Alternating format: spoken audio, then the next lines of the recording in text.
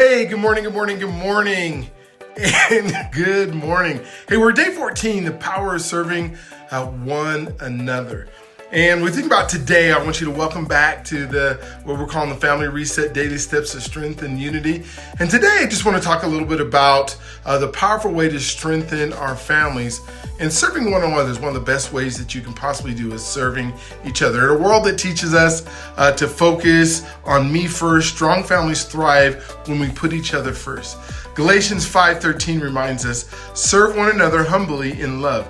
Acts of service, big or small, create an atmosphere of love, appreciation, and teamwork in our homes and everywhere we go. And so today, here's the challenge I have for you. Do one act of service for your family member. Maybe it's making someone's bed, helping with a task before they ask, or just giving them a moment of rest. Watch how this small act shifts the energy in your home. Sometimes we'll do it for other people and not for our own family. So serving isn't just about what we do, it's about who you become. Let's reset by making service a habit in our families. Families first, right? See you tomorrow for another step towards strength and unity. You guys have an amazing, awesome day. We'll talk to you tomorrow.